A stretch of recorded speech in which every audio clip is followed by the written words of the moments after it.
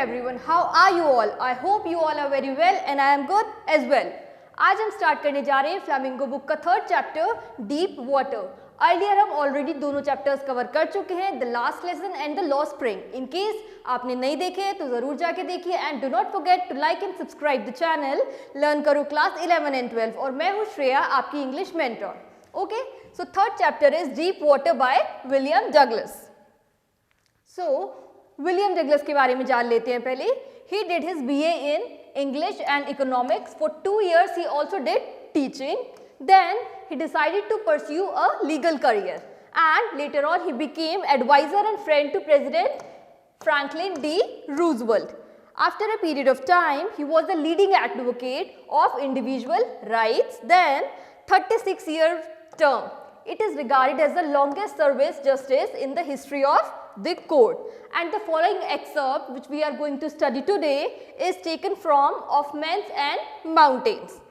Okay, the theme of the story is psychological analysis of fear. इसका क्या मतलब होता है? Fear यानी कि डर. हम अपने डर को कैसे स्टडी करते हैं, कैसे परसीव करते हैं, कैसे एक्सप्लोर करते हैं, उसका सारा हम पे इफेक्ट क्या होता है एंड अल्टीमेटली हम उसे ओवरकम कैसे करते हैं, जो कि हम सभी को करना चाहिए. अपने फियर से डर के ही नहीं रहना चाहिए, हमें उसे ओवरकम डेफिनेटली कर लेना चाहिए. Because the only thing to fear is fear itself. Then story start होती है और कब की बात है? When William Douglas was 10 to 11 years old. क्योंकि ये जो हम स्टोरी पढ़ने जा रहे हैं, it is basically an autobiographical account of William Douglas himself. What he decided to learn swimming at YMCA pool, जो कि कहाँ पे प्रेजेंट था? याकिमा में. याकिमा के पास एक रिवर भी थी जो कि बहुत ट्रेचरस थी. ट्रेचरस का मतलब क्या होता है? It was very dangerous. और जो इनकी मदर थी नरेटर की, वो रिपीटेडली उनको रिमाइंड किया करती थी कि don't go near to the river, क्योंकि वहाँ पे हर दूसरे दिन कोई ना कोई इंसिडेंट होता था और कोई ना कोई वहाँ पे डूब जाता था. इसलिए वो उन्हें मना करती थी कि don't go near the river. लेकिन जो यहाँ पर पूल था वो काफ़ी सेफ था और वहाँ पे लोग स्विमिंग सीखा करते थे. वही विलियम डगलस भी सीखना चाहते थे. जैसे कि टिपिकल पूल्स होते हैं, स्लैंटिंग होती है, उनकी जो बॉटम होती है एक साइड से बहुत डीप होता है और एक साइड से शैलो होता है, तो इसलिए वो सेफर था और वहाँ पे कोचेस वगैरह भी थे.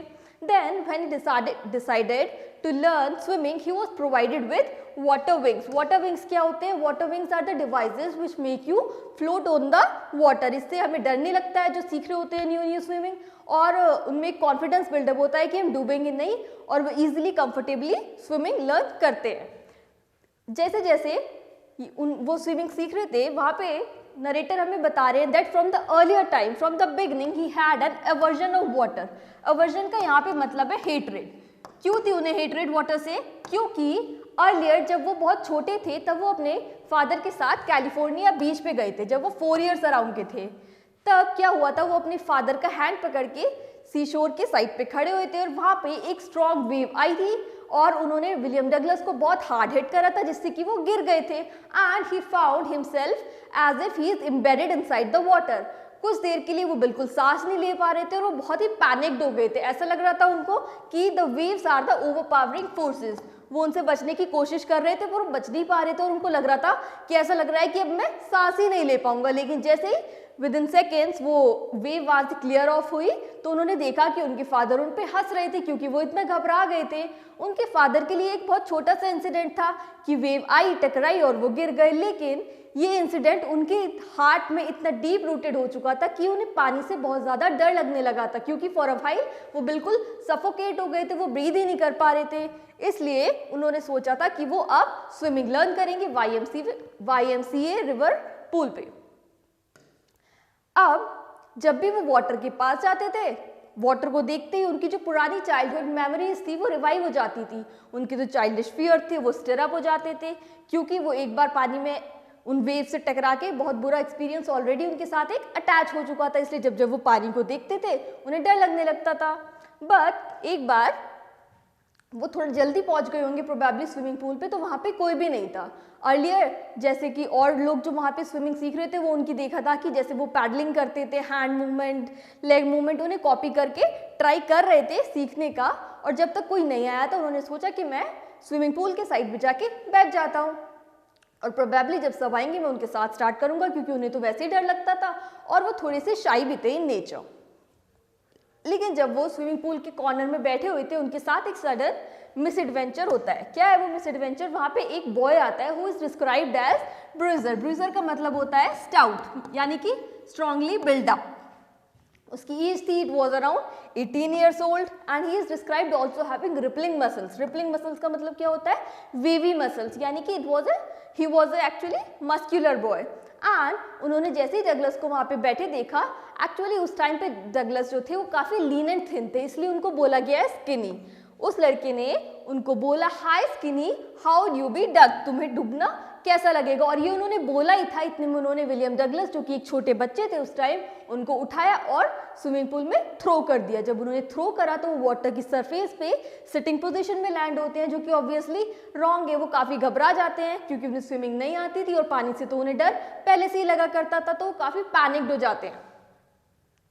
अब उन्हें डर तो लगता ही था, लेकिन जब वो उसके अंदर सिंक कर रहे थे, उन्होंने सोचा that he was not frightened out of my wits। ये विलियम डगलस अपने बारे में बोल रहे हैं। इसका मतलब डरा हुआ तो मैं था, लेकिन इतना भी डरा हुआ नहीं था कि मैं अपनी सोचने समझने की क्षमता ही खो दूं। उन्होंने जब वो सिंक कर रहे थे, उन्होंने ये प्लान बनाया कि जैसे ही मैं स्विमिंग पूल की बॉटम तक पहुंचूंगा, देन विद माय फीट, जैसे ही मैं टाइल्स को टच करूंगा बॉटम के, मैं वहां पे उनको पुश हार्ड करूंगा और इससे एक फोर्स क्रिएट होएगी, कॉर्क की तरह मैं सरफेस पे आ जाऊंगा। जब मैं सरफेस पे आ जाऊंगा, वहां पे मैं पैडलिंग करूंगा और स्विमिंग पूल के कॉर्नर तक पहुंच जाऊंगा और सेफ हो जाऊंगा। ये प्लान उन्होंने अपने आप अपने मन में बनाया था। देन बट जब वो डूब रहे थे पानी के अंदर और सरफेस से बॉटम की तरफ जा रहे थे, उनको तो लग रहा था कि मैं फटाक से जाऊंगा, हिट करूंगा और कॉर्क की तरह आ जाऊंगा। अब कॉर्क तो एकदम से आ जाता है जब वाटर में होता है ऊपर, क्योंकि कॉर्क की डेंसिटी वाटर से बहुत कम होती है। लेकिन वो तो विलियम डगलस जो कि नरेटर है, वो तो एक ह्यूमन बीइंग है, he is not a cork and density is not comparable. इसलिए उनको ये आइडिया नहीं था कि कॉर्क आ सकता है उछल के सरफेस तक, बट वो नहीं आने वाले, और वो बच्चे थे इसलिए ये बात उनके लिए समझना डिफिकल्ट भी थी। बट जब वो डूब रहे थे, उनको लग रहा था ये सब फटाफट हो जाएगा, लेकिन ये बहुत धीरे धीरे चल रहा था पूरा प्रोसेस। ऐसा लग रहा था कि his lungs were ready to burst. Why? Because under water obviously आप ब्रीथ नहीं कर सकते, आपको होल्ड करना पड़ता है। तो उन्हें लग रहा था कि उनकी जो लंग्स है वो बिल्कुल बर्स्ट आउट करने वाली है। फिर भी वो अपनी स्ट्रेंथ सारी कैप्चर कर रहे थे और अपने आप को फैसिलिटेट करने की कोशिश कर रहे थे। And he was suffocating because he was not able to breathe properly. जब वो सरफेस तक स्लोली आए, that he was this much out. It means only eyes and nose were out, but the mouth was inside the surface of the water and he was flailed at the surface, यानी कि ऐसा लग रहा था कि he is trying to move his hands on the surface of the water, but there was no movement at all, and it was appearing as if the legs of the narrator are paralyzed because there was no movement at all in the legs। वो move करना चाह रहे थे but वो बहुत stiff हो गए थे, बहुत rigid हो गए थे, and it was appearing as if a force is pulling him down to the bottom of the swimming pool. Which force? Obviously it was the force of gravity which pulls everything to its own bottom. And he tried to scream but he could not. Obviously inside the water you cannot scream, and अगर आप करेंगे अपना मुंह open करेंगे तो फिर water engulf हो जाएगा और इससे कि आपको और परेशानी ही होगी। एंड इसके बाद he started his long journey back to the bottom of the pool. अब वो सेकेंड टाइम डूब रहे थे and there was all water all around. जब भी वो अपनी आंखें खोलते थे, उनको हर तरफ पानी ही पानी दिखाई देता था और ऐसा लग रहा था जैसे कि ये एक बहुत बुरा सपना हो, एक बहुत नाइटमेयर हो, और ऐसा लग रहा था एक फाइट चल रही है जिसमें कि जो फोर्स है, जो इविल फोर्सेस है, वो इररेजिस्टिबल है। क्योंकि वो ट्राई तो कर रहे थे वाटर की फोर्सेस से फाइट करने का, बट उनको कुछ भी फायदा नहीं हो पा रहा था। There was no advantage to Douglas and it was appearing that's why that irresistible force of water which was overpowering. But उन्होंने फिर से अपना प्लान, जो उन्होंने सोचा था कि मैं जब बॉटम तक पहुंचूंगा, I will hit it and I will come to the surface, paddle and being safe, उन्होंने अपनी स्ट्रैटेजी दोबारा फॉलो करनी चाहिए। But again he was going endlessly to the water again. वो बाहर बिल्कुल नहीं निकल पा रहे थे। एंड देयर वॉज, जब इन्होंने इतना ट्राई कर लिया था, वो काफ़ी टायर्ड हो चुके थे। Then there was sheer stark terror. इसका मतलब क्या होता है? क्लीन प्योर टेरर, यानी कि डर। अब वो इतना ऑलरेडी ट्राई कर चुके थे पर उन्हें कोई भी फायदा नहीं हुआ था। Then he was all surrounded by the fear, अब पूरा डर के आसपास वो घिरे हुए थे और ऐसा लग रहा था कि उनकी जो आवाज़ है वो चिल्लाना चाह रहे थे बट हिज स्क्रीम फ्रोजन, यानी कि आवाज़ गले में ही फ्रीज हो गई हो, वहाँ से बाहर ही ना निकल पा रही हो।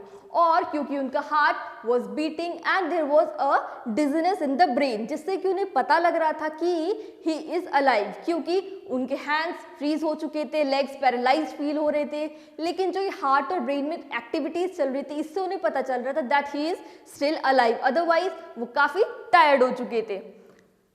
देन जब भी कोई बच्चा परेशानी में होता है हम क्या सोचते हैं, अपनी मदर को आवाज़ लगाते हैं, ये हमारे अंदर इनबिल्ड होता है। ऐसे ही क्योंकि वो इतनी परेशानी में थे ऐसा लग रहा था कि वो अपनी मदर को बुलाना चाहते हैं। He was trying to call out his mother but वहाँ पे तो कोई था ही नहीं, अगर वो चिल्लाते भी there was nobody around, only and only water was there with which he was surrounded. And now third time he started to the bottom of the pool, अब वो थर्ड टाइम नीचे की तरफ डूब रहे थे।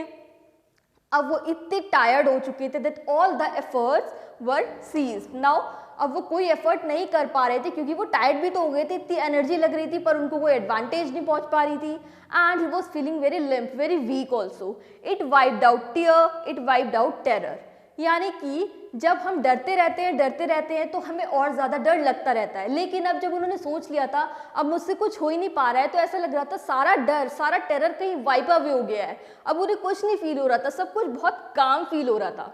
And he was feeling drowsy, क्योंकि सारी एनर्जी उनकी जा चुकी थी, कहीं से होप दिख नहीं रही थी। He was feeling as if he is going to sleep, ऐसा लग रहा था कि उनकी लाइफ का कर्टेन जो है it has fallen down, he is about to die and he is talking to himself now, he is feeling that no need to jump, अब जंप करने की ज़रूरत नहीं है जब वो बॉटम तक जाएंगे। And he is also saying I am also so tired to jump, क्योंकि इतनी देर से इतनी मेहनत करने के बाद भी उन्हें कुछ फ़ायदा नहीं लग रहा था और सारी उनकी मेहनत was going in to vain. उनको लग रहा था that now he is not going to survive any more. अब वो बोल रहे थे everything around was looking so calm so peaceful, क्योंकि हम जब कुछ एक्टिविटी कर ही नहीं रहे हैं, अब उनका माइंड नहीं चल रहा था कोई स्ट्रैटेजी प्लान करने के लिए, हैंड्स भी फ्रोजन थे, लेग्स भी और स्क्रीप भी। When we are not doing anything it means it was just like as if near to death, then everything around was very calm and peaceful. But after some time he found himself outside the pool, कुछ देर बाद वो अपने आप को outside the swimming pool पाते हैं और वहाँ पे कोई ना कोई डिस्कशन कर रहा है, प्रोबेबली किसी ने उन्हें बचाया होगा वहाँ से, और वो वहाँ पे वॉमिट कर रहे थे। क्यों वॉमिट कर रहे थे? क्योंकि उन्होंने बहुत सारा पानी इनगल्फ कर लिया था तो उसे निकालना ज़रूरी था और वो काफ़ी डरे हुए भी थे, इसलिए घबराने के कारण वो वॉमिट कर रहे थे। और वहाँ पे जो उन्हें सुनाई दे रहा था कि जिस बॉय ने उन्हें अंदर थ्रो करा था वो बोल रहा था कि मैंने तो बस ऐसे मजाक में उसको थ्रो कर दिया था, आई वॉज जस्ट प्लेइंग। और कोई पर्सन जिन्होंने इन्हें बचाया था वो बोल रहे थे कि तुम सिर्फ मजाक कर रहे थे। And he was sinking and he was almost about to die, तो ऐसे नहीं करना चाहिए, it was absolutely wrong. After few hours उनको जब अपनी उन्होंने स्ट्रेंथ समन करी तब वो घर जा रहे थे, जब वो ठीक फील कर रहे थे। बट उस दिन के बाद से ही always had a haunting fear, ये उनको पानी का डर, एक तो अर्लियर इंसिडेंट हुआ था उनके साथ जब वो छोटे थे और अब ये सेकंड इंसिडेंट हो गया था, तो अब उनको पानी से और ज़्यादा डर लगने लगा था। और जब भी ये सारी मेमोरीज वो रिवाइव करते थे तो ऐसा लगता था कि उनके स्टमक में और उनकी नीज में बहुत ज़्यादा पेन होने लगता था और बहुत डर लगता था उनको। तो it is regarded as a haunting fear कि ये उनको हॉन्ट करता था कुछ टाइम बाद। अब वो इसी के साथ रह रहे थे, लेकिन वो कुछ टाइम बाद सुनते हैं about the water of cascades, the Titan और the bumping river and bathing in warm lake of the goat rocks. And लेकिन जब भी वो इन ब्यूटीफुल जगह पे जाते थे तब क्या होता था, there terror took position. Which terror? Terror of the water which is he was having inside him. जब भी वो वाटर बॉडीज के पास जाते थे ऐसा लगता था he is again and again possessed by the terror which he is having inside him, and the icy horror would grab his heart। Icy horror का मतलब क्या है? एक तो हॉरर वो जो कि उनके अंदर था पानी का, और पानी की वाटर बॉडीज के पास जाके उनको डर लगने लगता था, and also the icy cold water of the river, क्योंकि वो बहुत ही कूल होता था। एंड अब उन्हें लग रहा था कि जो ये उनका डर है, जो उनका फेयर है ऑफ द वाटर बॉडीज, और ये जो उनको बार बार पोजेस करता है, उनको लग रहा था ये उनकी एक कोई कमी है, एक उनका हैंडीकैप्ट है, और वो इस हैंडीकैप के साथ नहीं रहना चाहते थे। लेकिन जब जब भी वाटर बॉडी के पास जाते थे, बार बार ऐसा लगता था he is again and again taken position by this fear. Then he used to go to other places like main lakes for the fishing of salmon, bass fishing in New Hampshire, in Deschutes, Metolius. ये सारी जगह हैं जहाँ पे वो जाया करते थे, पर वो वहाँ पे बिल्कुल एंजॉय नहीं कर पाते थे, ना सिंपली खुद में, ना ही जब वो एक्टिविटीज़ में इन्वॉल्व होते थे like fishing, canoeing, boating and swimming. क्यों? क्योंकि वाटर से उन्हें डर लगता था और 2 बार उनके साथ बैड इंसिडेंट्स ऑलरेडी हो चुके थे, तो इसलिए उन्हें काफ़ी डर लगता था और वो कहीं भी इन बॉडीज़ के पास जाके बिल्कुल एंजॉय नहीं कर पाते. तो इस बात से उन्हें बिल्कुल अच्छा नहीं लग रहा था. He was feeling himself handicapped और उनको इस बात का सल्यूशन चाहिए था. So what he decided to overcome his fear. And what did he do for this? He hired an instructor who taught him swimming in bit by bit. यानी कि उन्होंने एक इंस्ट्रक्टर हायर करा जिन्होंने कि विलियम डगलस को swimming सिखाई in piece in a different manner. क्या था वो मैनर? उन्होंने एक रोप ली और विलियम डगलस की वेस्ट के अराउंड उसे टाई अप कर दिया. अब वो जो रोप थी it was going straight on to the pulley और अदर एंड जो था वो उसको होल्ड करते थे उनके इंस्ट्रक्टर. अर्लियर उन्होंने उन्हें बोला कि entire length of the swimming pool वो ऐसे ही वॉक करें from one end to other end back to the original. ऐसे ऐसे वो वॉक करें and he should try to breathe. क्योंकि उनको इतना डर लगता था इसलिए उनको किसी नई टेक्निक की ज़रूरत थी स्विमिंग सीखने के लिए और उनके इंस्ट्रक्टर ने वही करा. धीरे धीरे उनका डर पानी को देख के और पानी में जाने वाला धीरे धीरे कम हो रहा था. लेकिन अभी तो उन्हें पूरी स्विमिंग भी सीखनी थी. ऐसे ही उनके इंस्ट्रक्टर ने उनको धीरे धीरे करके ट्रेनिंग कंटिन्यू करी. वो 5 days ट्रेनिंग करते थे in a week in 1 hour daily. Over a period of time उनके इंस्ट्रक्टर ने उनको स्विमिंग सिखा दी थी और एंड में उनके इंस्ट्रक्टर विलियम डगलस को बोलते हैं that now you can swim. यानी कि I have taught you swimming entirely and now you can swim all by yourself. You may crawl और यू मे स्ट्रोक. क्रॉल का मतलब होता है स्लो स्विमिंग एंड स्ट्रोक होते हैं proper strokes of the swimming जो कि एक ट्रेन्ड पर्सन करता है which are mostly fast speed ones. अब उन्होंने तो बोल दिया था कि चाहे आप धीरे धीरे स्विमिंग करो चाहे आप फास्ट करो and now you can swim. But उनको अभी भी डर लग रहा था. He was wondering if it would be a terror stricken. क्या वो अभी भी टेरर स्ट्रिकन है? क्या अभी भी उनके अंदर वो पानी का डर है? क्योंकि वो उसे भी ओवरकम नहीं कर पा रहे थे जबकि उनके इंस्ट्रक्टर उन्हें बोल रहे थे कि उनको स्विमिंग आ चुकी है. Then he did the same. He swam from one length to the other. Then when he went there, he is saying to water, trying to scare me. क्योंकि पानी से तो उन्हें अब तक डर लगता ही था. अब वो उन्हें बोल रहे हैं, Are you trying to scare me?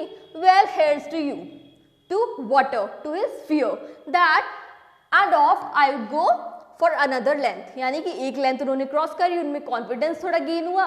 उन्होंने वाटर को बोला कि अब तुम क्या कर सकते हो मेरा, और ये देखो मेरे को. और उन्होंने दोबारा दूसरी लेंथ में स्विम करा. अब ऐसा लग रहा था कि उनका थोड़ा थोड़ा डर निकल चुका and he has learn swimming. But कहीं ना कहीं उनके अंदर डाउट्स अभी भी थे कि कहीं ऐसा तो नहीं है कुछ टाइम बाद मेरा फियर वापस आ जाएगा या फिर मुझे डर लगने लगेगा वाटर से, क्योंकि इतने टाइम से लगता आ ही रहा था. He was not ready to believe himself.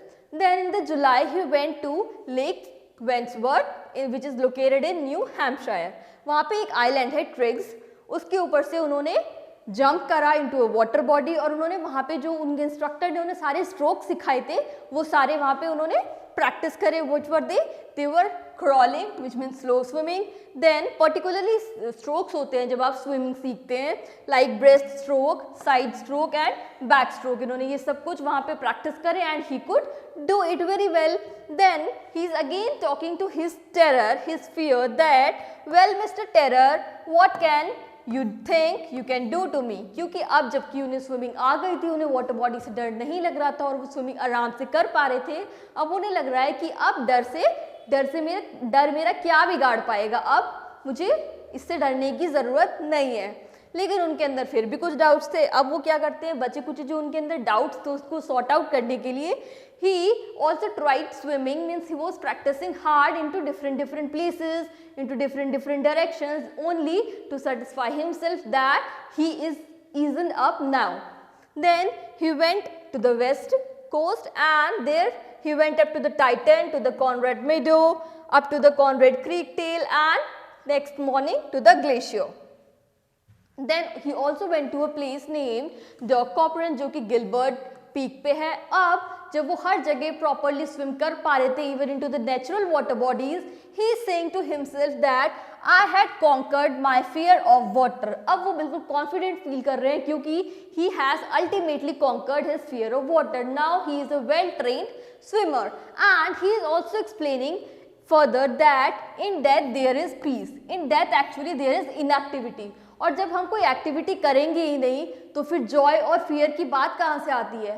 Then everything is so peaceful, everything is calm because death is almost inactive. कोई मूवमेंट ही नहीं है. लाइफ है तो ये सारे इमोशंस हैं of the joy, of the fear and immense emotions, लेकिन death is very peaceful, इसलिए डेथ से बिल्कुल डरना नहीं चाहिए. और उनके फ्रेंड जो कि प्रेसिडेंट रूजवेल्ट थे, उन्होंने कहा है all we have to fear is fear itself. अगर हमें किसी चीज़ से डरना चाहिए तो वो सिर्फ हमारा डर है, और अगर हम एक बार इस डर को ओवरकम कर लेते हैं तो फिर थिंग्स बहुत सिंपलर हो जाती है.